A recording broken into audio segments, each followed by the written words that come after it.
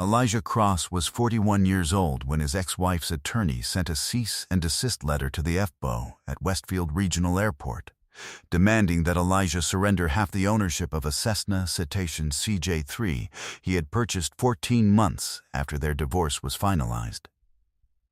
For 12 years, Elijah had run a cold chain logistics company out of a converted warehouse on the south end of the city. He drove a 2015 Ram 1500 with a spiderweb crack across the lower corner of the windshield he had been meaning to replace since the previous winter. He wore the same 4 work shirts in rotation. He did not own a watch.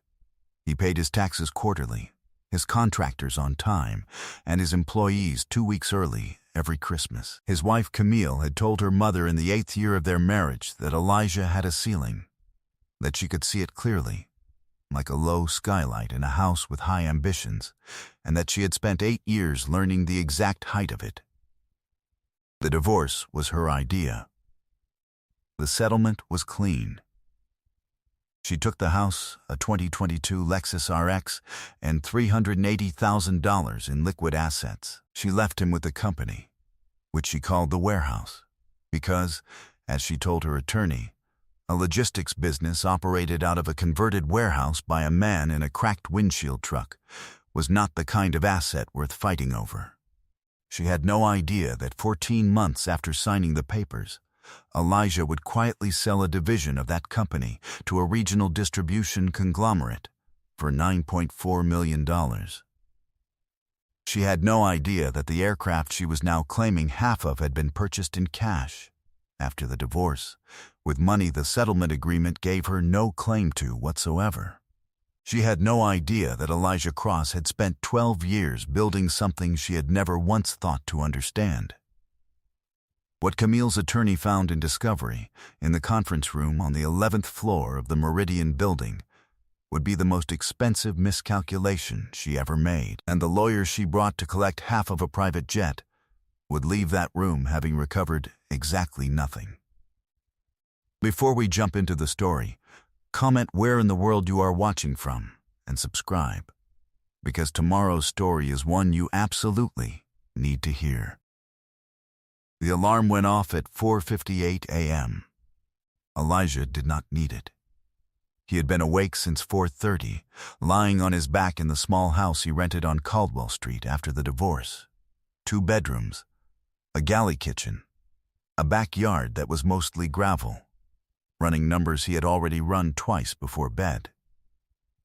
The spring refrigeration contracts were coming in 14% above the previous year's projections. The Harmon Foods account, which he had spent 9 months cultivating, had just confirmed a 3-year exclusive. The warehouse expansion on the south end, 7,000 square feet of temperature-controlled floor space he had been building toward for 4 years, was 2 months from completion. He got up. He made coffee in a French press he had owned since graduate school. He took it to the small kitchen table and sat with a legal pad and a pen and worked through the Harmon account numbers until 6:15, when the light outside shifted from black to the flat gray of an early April morning.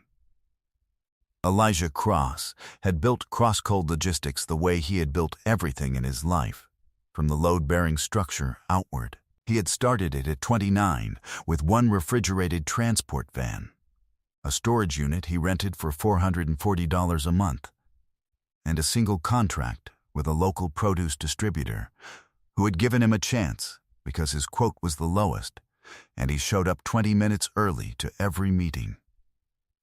He had grown the van to 3, then 7. He had upgraded from the storage unit to the warehouse on Hartley South, a building he had leased at a rate that most operators considered too high for the neighborhood, a rate that became an extraordinary bargain 2 years later when the food distribution corridor around it matured into exactly the kind of arterial route that cold chain logistics ran on. He did not predict this. He did not need to predict it. He had simply looked at the zoning maps, the infrastructure plans, and the population density projections, and he had understood that the neighborhood was going in one direction.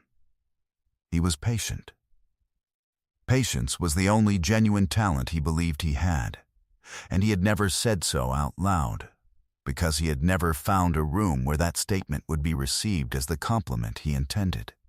His company ran 23 vehicles by the 7th year of his marriage. It employed 41 people. It operated across 3 states. He did not advertise this.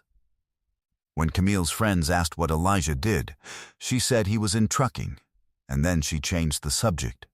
And the subject that followed was usually more interesting to the room anyway. He left the house at 6:30 in the Rom 1500 with the spiderweb crack on the windshield and a travel mug of the second French press. He took the same route he always took, south on Caldwell, left on Hartley. Past the Korean breakfast place that opened at 6:45 and was already lit from inside. Past the lumber yard that he had watched change hands twice in 4 years, down to the warehouse compound where the first transport van was already loading at the dock. The warehouse was his preferred hour. The smell of refrigerant and diesel and the specific cold of a temperature-controlled space opening onto the morning. The sound of the dock leveler engaging, of freight moving on rollers, of drivers checking manifests in the yellow wash of overhead fluorescence. He walked the floor the same way every morning, south end to north end, dock to dock, and spoke to everyone he passed by first name. His operations manager was a man named Ray Pettigrew, who had been with Crosscold since year 3, and who ran the floor with a precision that Elijah had never had to audit, because auditing it would have been an insult. Ray met him at the north dock with the morning summary. 3 vehicles delayed on the interstate due to overnight weather, 2 rerouted through the Benson distribution hub, all deliveries still projected on time. Elijah nodded. He asked one question about the Harmon account's first delivery. Ray said it was on truck 7, outbound at 7:15, ETA confirmed. Good, Elijah said, and that was the entirety of the conversation. He was in his office, a glass-walled room off the main floor. 2 desks, 3 monitors, a whiteboard covered in route annotations by 7 Nuo. He returned emails until 8:30. He had a call at 9:00 with the contractor overseeing the warehouse expansion, during which he asked 4 questions about the insulation specifications on the new cold storage bay, and caught one line item that had been spec'd below the threshold he required. The contractor said he would fix it. Elijah said he would check the revised spec sheet before approving the next payment tranche. He was not a man who raised his voice. He was not a man who made speeches. He had learned early that the most effective form of authority was a man who asked precise questions and waited, actually waited, without filling the silence, for precise answers. Camille had, in the early years, found this quality in him attractive in the specific way that competence is attractive before it becomes invisible. She had admired the stillness. She had called it strength in their 2nd year, and steadiness in their 5th, and boring in their 9th. The word she chose depended on the year and the mood, and whether she was talking to him or about him. She was a marketing director at a regional retail firm, and she was good at her work in the way that people who are built for a specific stage are good. She was at her best in front of people, in presentation mode, reading a room, calibrating her pitch to the energy she sensed. Elijah admired this about her without being able to replicate it. He was not a room reader. He was a structure reader. These were different skills, and for a long time they had fit together in a way that worked, until the year they stopped fitting, and neither of them named it for long enough that the gap between them had calcified into something load-bearing. She began spending more time with a group of her colleagues that included a man named Preston Hargrove, who worked in brand development, who wore his suits well, and who had a talent for making the people around him feel like they were in exactly the right room. Elijah noticed Preston the way he noticed everything, quietly, without announcement. with a patience that the other person always mistook for unawareness. He was not unaware. He was waiting to understand what he was actually seeing. He understood it on a Tuesday evening when Camille came home from a work event at 11:40 p.m. with her lipstick reapplied in a slightly different shade than she had been wearing when she left. He did not say anything. He was sitting at the kitchen table with a contract document and a pen. He looked up when she came in. She said the event had run late. He said he was glad she was home. He went back to the contract. She went upstairs. He sat at the kitchen table for another 20 minutes, finishing his notes on the contract. Then he put the pen down, capped it, and let the thought he had been holding at a careful distance move all the way to the center of his attention. He did not sleep well for a week. Then he called his attorney. Her name was Sandra Osai, and she had been practicing family law for 19 years and had handled cases in 4 states. Elijah had found her through a referral from his accountant, who had used the phrase, "She does not lose what she doesn't have to lose." Elijah had written this down. He sat in Sandra's office on a Thursday morning and laid out the financial structure of Crosscode Logistics, the operating company, the lease agreements, the vehicle fleet, the client contracts, the warehouse assets, in exactly the order that made them easiest to evaluate. Sandra reviewed the documents for 12 minutes. She asked 2 clarifying questions. She made notes on a legal pad. Then she said, "What does your wife know about the financial structure of this business?" Elijah thought about it. "She knows the revenue is enough to pay the bills," he said. "She's never asked for more detail than that." "Has she ever attended a company event? Met clients? Seen the warehouse?" "She came to the Christmas party in year 4, Elijah said. "She said it smelled like a freezer." Sandra was quiet for a moment. "She hasn't attended since?" "No." Sandra put her pen down. "Mr. Cross, your wife is about to negotiate a divorce settlement without understanding the full value of what she's negotiating away." Elijah said nothing. "I want to be precise about your options," Sandra said. "You are legally required to provide full financial disclosure. We will do that. But her attorneys will need to ask the right questions to understand what they're looking at. And based on what you're telling me, I would not expect them to ask all of them. I want a fair settlement," Elijah said. "Then we will provide full disclosure," Sandra said. "And we will let her attorneys determine what they believe is fair." Camille's attorney was a man named Frederick Lyle, who had a good reputation in family law, and who was, by any objective measure, competent. The problem, for Camille, was that Frederick Lyle's competence assumed a certain kind of opposition, and the Crosscode Logistics financial structure was the kind of thing that required a forensic accountant and 3 weeks of careful analysis to understand fully. Camille did not want to wait 3 weeks.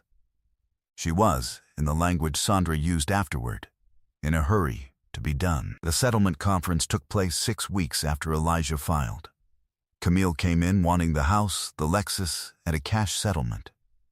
She had written the number $380,000 on a notepad and circled it the night before the conference, and had told Preston Hargrove over dinner that it was more than enough to start fresh. Frederick Lyle, who had spent 2 evenings reviewing the Crosscode disclosure documents and had flagged several line items for deeper review, recommended to Camille that they request a 90-day extension to bring in a business valuation specialist. Camille said no. She said she did not want to spend another 3 months in this. She said she had looked at the numbers herself, and that the business was a logistics company with 41 employees and a bunch of trucks and a warehouse lease, and that she did not need a specialist to tell her it was not worth what Frederick was worried it might be worth. She said she wanted to be done by the end of the month. Frederick Lyle made a note on his legal pad. He did not argue further. The settlement was signed on a Thursday afternoon in April. Camille received the house, the Lexus, and $380,000. Elijah received Crosscold Logistics. She told Preston that evening that she had done well. She said Elijah could keep the warehouse. She said that in a few years, when it inevitably ran into the wall she had always known it was heading toward, she would not be surprised. She said she was free. She said the word the way people say it when what they mean is finally. Elijah drove home from the attorney's office in the Ram 1500, took the long route past the warehouse, and sat in the parking lot for a moment with the engine running. The dock lights were on. A van was pulling out for an overnight run. Ray was standing at the north dock door with a clipboard and a coffee, checking the manifest one more time the way he always did before a vehicle left. Elijah sat there until the van's taillights disappeared around the corner. Then he drove to Caldwell Street and made dinner, and sat at the kitchen table and wrote 4 pages of notes about the Harmon account. The 14 months after the divorce were the most productive of Elijah's professional life. He understood, in retrospect, that a portion of his energy for years had been directed toward managing the distance between himself and Camille. The delicate work of staying in proximity to someone who had stopped wanting proximity without either of them acknowledging what was happening. That energy came back to him in the months after the settlement. He did not fully recognize it as energy at first. He recognized it as focus. The Harmon Foods account went live in May. 3 years, exclusive, guaranteed minimum volume that put Crosscold's revenue projections 22% above the previous year's ceiling. He hired 6 new drivers by June and promoted Ray to General Operations Director with a salary adjustment that made Ray go quiet for a moment and then say, "I'm going to need that in writing." "It's already in writing," Elijah said. Check your email. The warehouse expansion completed in July. 7,200 square feet of new temperature-controlled space that he had designed with 3 different cold zone configurations, allowing Crosscold to take on pharmaceutical logistics alongside its food distribution work. The pharmaceutical vertical was something he had been planning for 2 years. It required compliance certifications and a specific class of vehicle modification, and a set of handling protocols that most of his competitors had not bothered with. He had bothered with them. He had spent 14 months bothering with them precisely because he had understood that the margin in pharmaceutical cold chain was twice the food distribution margin, and that the barrier to entry was not capital. It was patience. Crosscold received its pharmaceutical logistics certification in September. In October, Elijah had his first conversation with a company called Meridian Distribution Group, which operated a network of cold storage and delivery operations across 7 states and had been growing through strategic acquisition. The Meridian representative, a soft-spoken man named Charles Tan, who wore an unremarkable tie and asked very good questions, had found Crosscold through the Harmon Foods relationship and had been watching its numbers for 8 months. The conversation was exploratory. Elijah listened more than he spoke. He asked 4 questions about Meridian's acquisition structure and 3 questions about their post-acquisition management philosophy. He shook hands at the end of the meeting and said he would think about it. He spent 4 evenings thinking about it. Then he called Sandra Osei. "I may have an acquisition offer coming," he said. "For the whole company?" "For the pharmaceutical division," Elijah said. "I want to structure it as a clean sale of the division, separate entity, clean books, nothing that touches the core Crosscold operation." Sandra was quiet for a moment. "What's your number?" "I don't have one yet," he said. "They'll make an offer first. I want to understand the structure before I respond. When are they coming back to you?" 2 weeks, he said.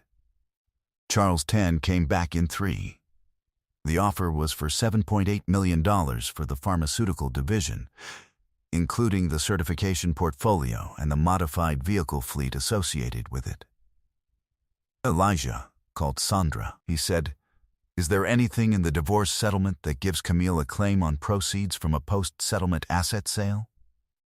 Sandra reviewed the settlement agreement. She came back to him in 40 minutes. "No," she said. "The settlement transferred the company to you in full. All assets, all liabilities, all future proceeds. There is no clawback provision, no percentage clause, no post-settlement profit sharing of any kind." She and Frederick Lyle appear to have been in a hurry. "Yes," Elijah said. "Elijah," Sandra said. "What are you about to sell it for?" he told her. There was a brief silence. Then Sandra said, "Counter at 9.4. He countered at $9.4 million. Meridian Distribution Group accepted on a Tuesday morning in November. The wire transfer cleared by the end of the week. Elijah sat at his kitchen table in Caldwell Street and looked at the number in his banking application for approximately 40 seconds. Then he closed his phone and went to make coffee. He called James, his oldest friend, a civil engineer who lived in the next city over and had been Elijah's closest advisor and most reliable irritant for 31 years, and told him what had happened. James said nothing for a long time. Then he said, "Elijah, what are you going to do with $9 million? 4 of it goes into the core business," Elijah said. "Fleet expansion, second warehouse, the new regional accounts I've been building toward. And the other 5? Elijah thought about it. He had been thinking about it since October, when he first understood where the Meridian conversations were heading. "I've been looking at aircraft," he said. James was quiet. "Aircraft," he said. "I have clients in 4 states, Elijah said. "I spent 14 hours in airport terminals last quarter. Commercial routing adds 3 hours to every trip I take. A Citation CJ3, light jet, 2 pilots, seat 7, costs about $2.2 million on the pre-owned market. The operational economics work." "Elijah," James said. "You're describing a private jet." "Yes," Elijah said. "You drive a truck with a cracked windshield." "The windshield is cosmetic," Elijah said. "The aircraft is operational." James laughed. He laughed for long enough that Elijah had to wait him out. Then he said, "Fix the windshield, man. At least fix the windshield."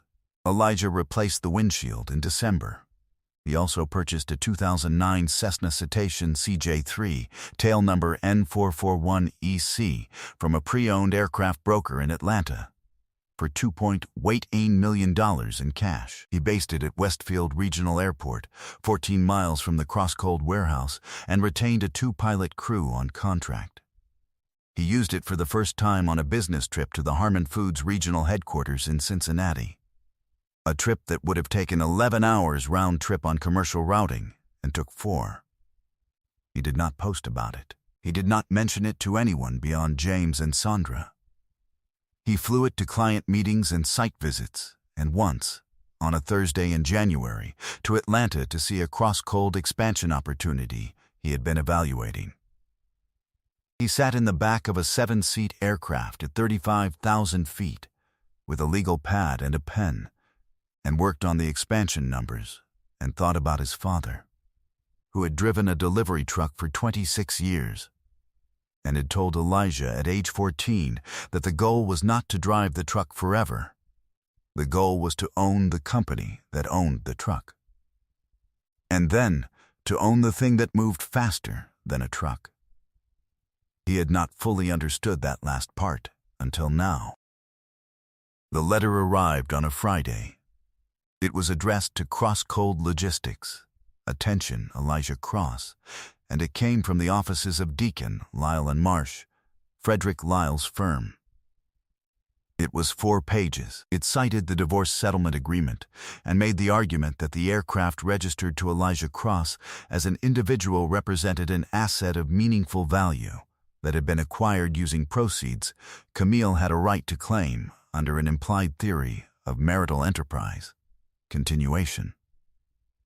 The argument was, in Sandra Osai's exact words when Elijah read it to her over the phone that afternoon, "Creative, creative," Elijah said. "It has no legal foundation, I recognize," Sandra said, "but it is attempting to construct one from materials that do not naturally belong together. Someone coached this. Preston Hargrove?" Elijah said. Sandra was quiet for a moment. "Does he have a legal background?" "He has an MBA," Elijah said, "and a very high opinion of his own problem-solving." "I see," Sandra said. "Well, whoever constructed this theory believed that you would either not understand it or not have the resources to challenge it. They expected the letter to produce a settlement offer. She wants half the plane," Elijah said. "She wants half of approximately $2.88 million, Sandra said. "Just over $1 million. Elijah was quiet. He was at his kitchen table. He had the letter in front of him. He had read it 3 times, each time more slowly than the last, the way he read any document where the structure mattered more than the words. "When do they want a response?" 21 days, Sandra said. "What do you need from me?" "Everything," Sandra said. "Every document related to the aircraft purchase. The sale agreement for the pharmaceutical division, the closing documents on the Meridian transaction, your banking records from the date of the divorce settlement forward, tax filings for the post-settlement year, every record that establishes a clean chain between the settlement date and the aircraft purchase date." "I'll have it to you Monday," Elijah said. "It might take your accountant a week to." "Monday," Elijah said. He worked through the weekend. His accountant, a meticulous woman named Patricia Crane, who had handled Crosscold's books since year 2, came in on Saturday morning and worked beside him until 4 p.m. She did not ask why they were working on a Saturday. She had known Elijah long enough to understand that when he said Monday, the question was not why, but only what. He called James on Sunday evening. "She's coming for the plane," Elijah said. James was quiet. "Then half?" Half another silence. "Man, then, what are you going to do? Let Sandra handle it?" Elijah said. "That's it? That's all you've got?" "The documents are clean," Elijah said. "The money is traceable. The timeline is unambiguous. She signed the settlement 11 months before the Meridian deal closed. There is no legal mechanism that gives her a claim. So why does this feel like something?" James said. Elijah thought about this. He looked around the Caldwell Street kitchen, the galley counter, the French press, the legal pad stacked on the table, the one window that showed the back gravel yard in the gray of a February evening. "Because she was there for 12 years, he said, "and she looked at everything I was building and decided it was a ceiling. And now she sees the jet." James was quiet for a long time. 12 years, he said. "Yes, and she never asked." "Not once," Elijah said. "Okay," James said. "Let Sandra handle it." Sandra's response to Deacon, Lyle and Marsh ran to 11 pages and included 19 attached exhibits. The first exhibit was the signed settlement agreement, highlighted at every clause relevant to asset division and post-settlement rights. The second was the Crosscold Logistics balance sheet as of the date of the divorce, showing the exact financial position of the company at settlement. The third through 9th were the Meridian Distribution Group transaction documents, letters of intent, term sheets, due diligence records, and the final purchase agreement, all dated after the divorce. The 10th was the Meridian wire transfer confirmation, time-stamped 14 months post-settlement.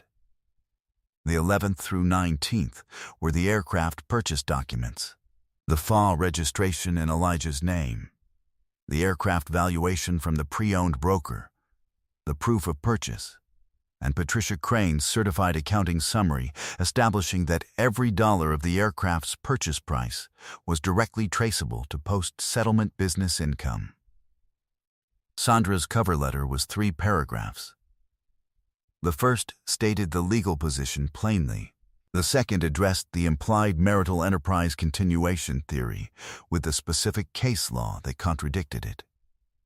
The third noted that if Deacon, Lyle, and Marsh wished to proceed to litigation, Crosscold Logistics had retained full documentation for discovery and was prepared to demonstrate in court that the claim had no foundation in the settlement agreement, in applicable state law, or in any established legal precedent Sandra's research had identified.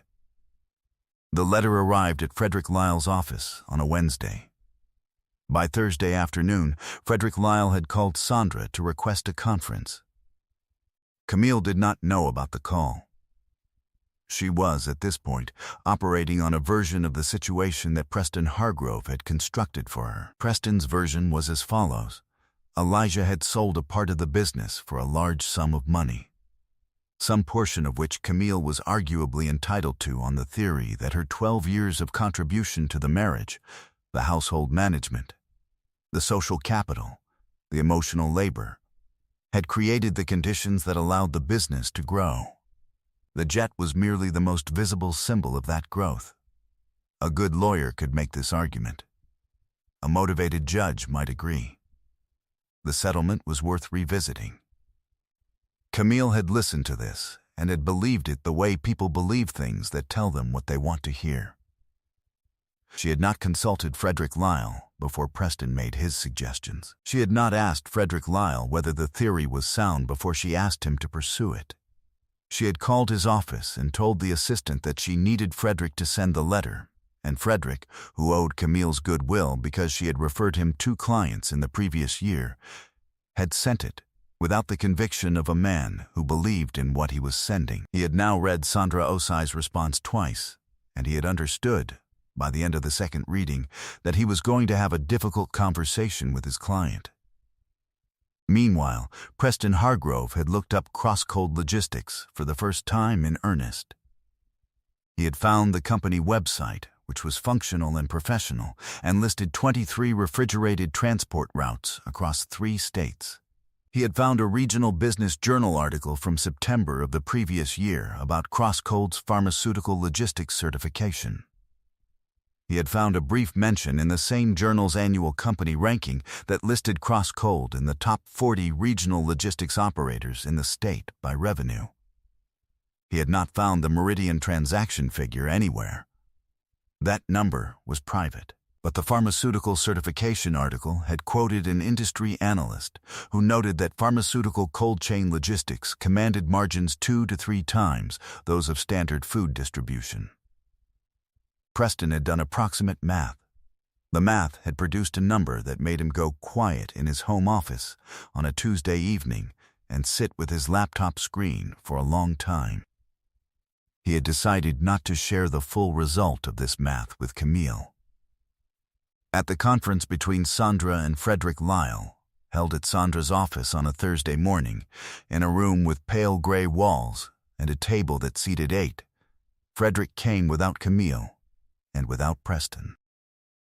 He came with his own legal pad and a copy of Sandra's response, and the expression of a man who has agreed to climb a hill and has arrived at the base to find a mountain.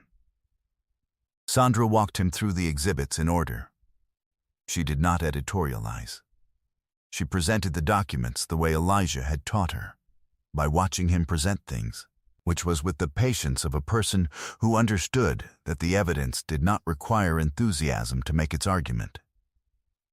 Frederick Lyle asked 4 questions.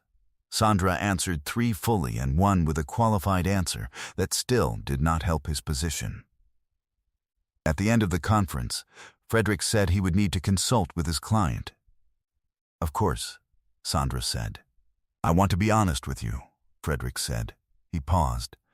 I was not given the full picture when this was initiated. Sandra was quiet. The settlement agreement is clean, Frederick said. I negotiated it. I know what it says. He looked at his legal pad. She was in a hurry. Yes, Sandra said. She was. Frederick Lyle closed his folder.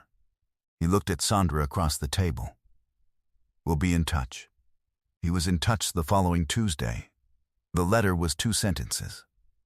Deacon, Lyle, and Marsh had advised their client that pursuing the claim was not in her legal interest. The cease and desist was withdrawn. Sandra forwarded the letter to Elijah with a single line. Done. He read it at his desk at the warehouse, between a route audit and a call with a prospective new client in the pharmaceutical vertical. He read it once. He set his phone face down on the desk.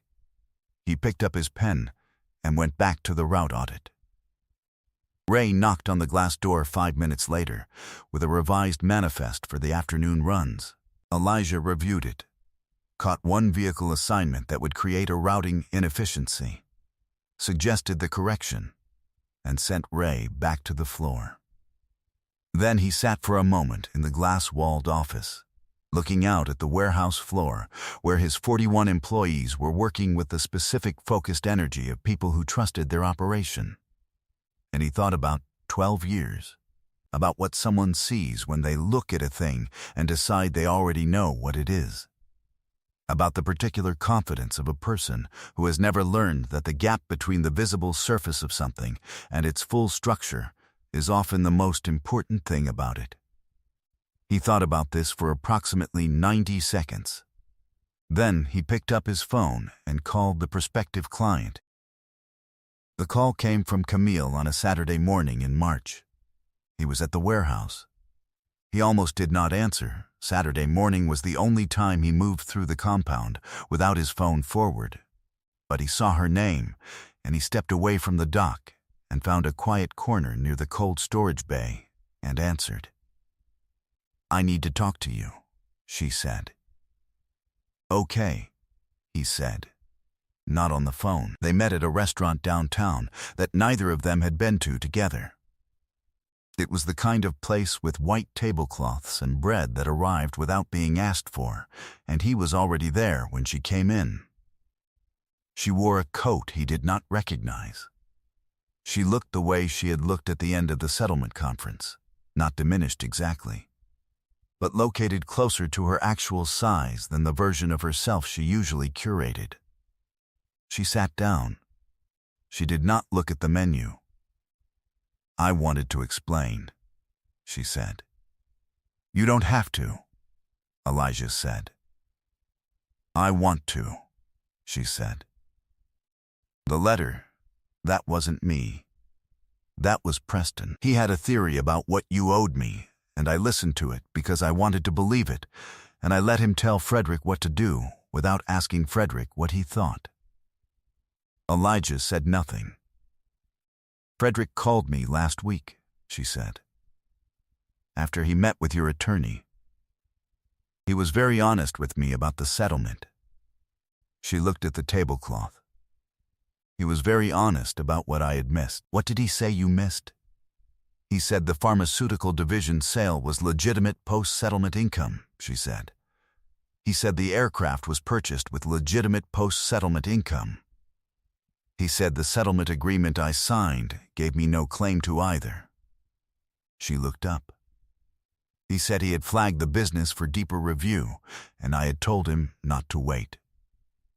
I remember, Elijah said. He said if I had waited 3 months, she said, I would have had a significantly different settlement. Elijah picked up his coffee. He held it for a moment without drinking. How different, she said. It was not quite a question. It was the sound of someone who had already done the math and needed to hear it from outside herself. I don't think it serves either of us for me to answer that, he said. She looked at him. Something moved across her face. Not the remorse he might have expected, not anger, but the specific expression of a person who has understood the precise shape of their own mistake and cannot unknow it. You never hid anything, she said. Frederick told me that. Full disclosure, every document. Yes, Elijah said. I just didn't ask. No. She was quiet for a long time. The bread arrived. Neither of them touched it. Preston, she said finally, in a tone that was not quite a sentence. I don't know Preston, Elijah said. No, she said. You don't. He waited. He left, she said. 2 weeks after Frederick sent the withdrawal letter, she said it without theater, which was more devastating than theater would have been. He said the situation had become complicated. Elijah said nothing. The house has a leak in the east wall, she said. I've had 3 contractors look at it and none of them can agree on the cause. The Lexus needs its rear brake assembly replaced, and the estimate is $1,400. She said these things as facts, not as complaints. I have a good job. I'm fine. I'm not telling you this too. She stopped. I'm not asking for anything. I know, he said. I want you to know that I understand what I did, she said. Not just the letter, the marriage, the way I looked at what you were building and decided I already knew what it was. I was wrong. Elijah set down his coffee. He looked at her across the white tablecloth. I know you were, he said. He said it without edge. He did not deliver it as a wound. It was simply the cleanest true thing he could offer her, which was the thing he had always tried to offer everyone. The clean truth, undecorated, exactly as it was. She nodded. She picked up her bag. Is the jet everything you thought it would be?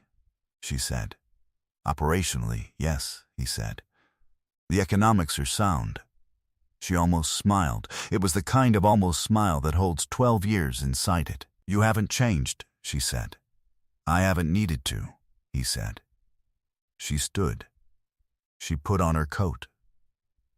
She looked at him one more time, not with hope, not with regret, but with the particular clarity of someone who has finally seen a thing accurately, too late to change what that clarity costs.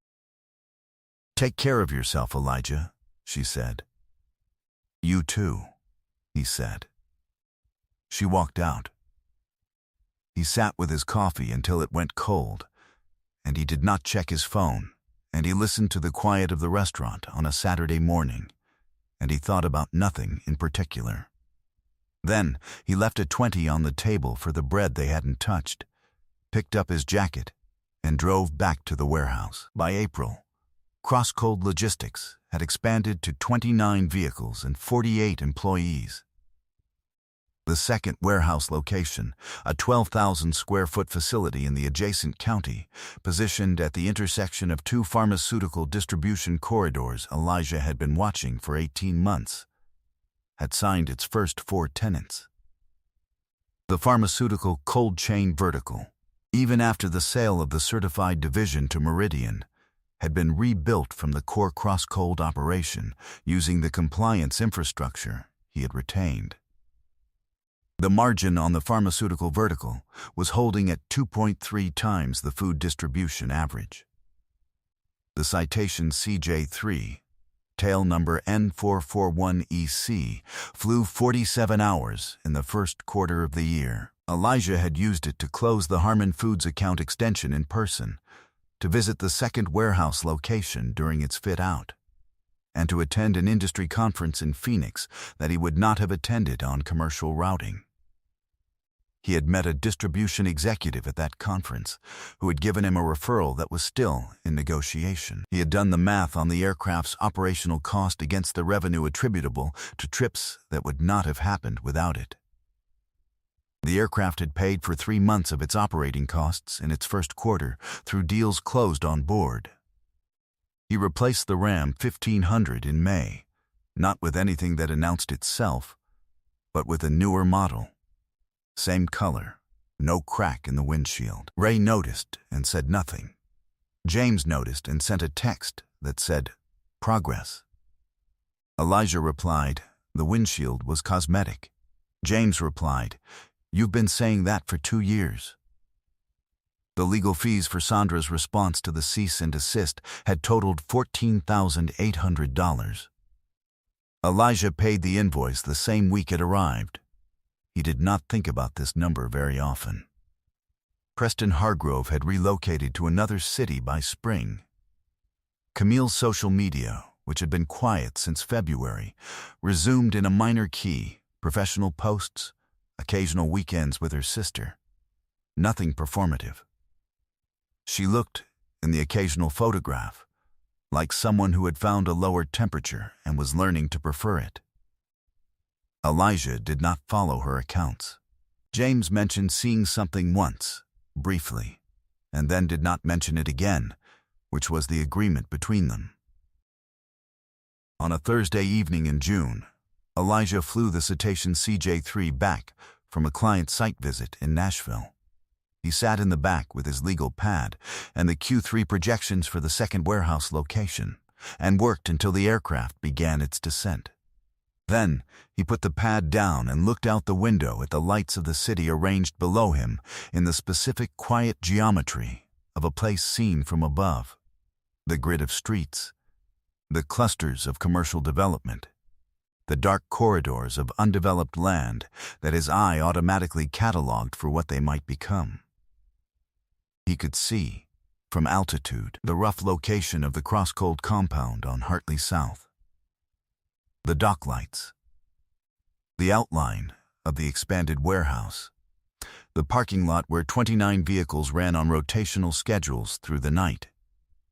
He had built that from one van and a storage unit and a single contract with a produce distributor who had given him a chance because his quote was lowest, and he showed up early.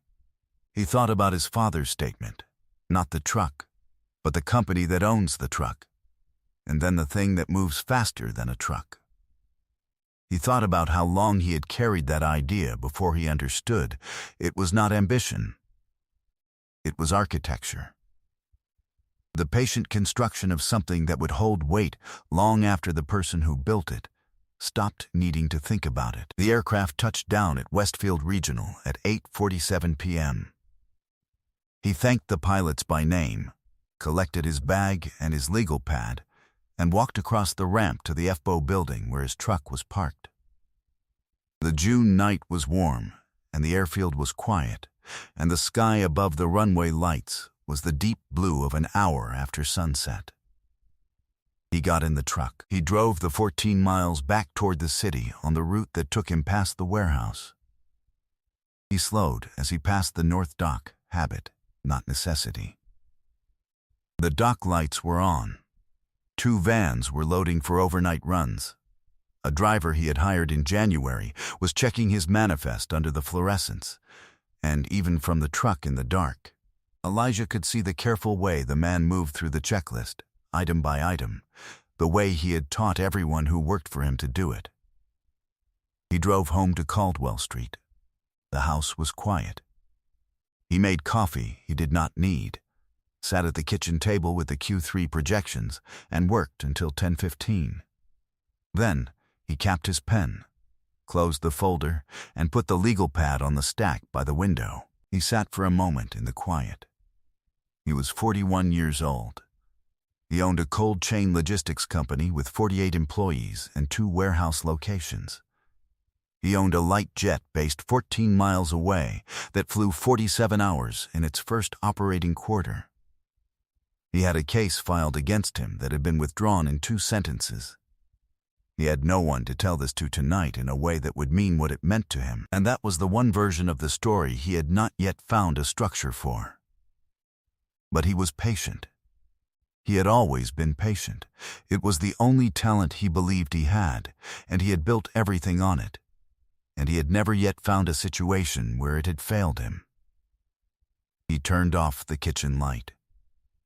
He did not look back at the table or the legal pads or the numbers or the history of all of it. He went to bed. He had an early dock walk in the morning. I hope you enjoyed that one.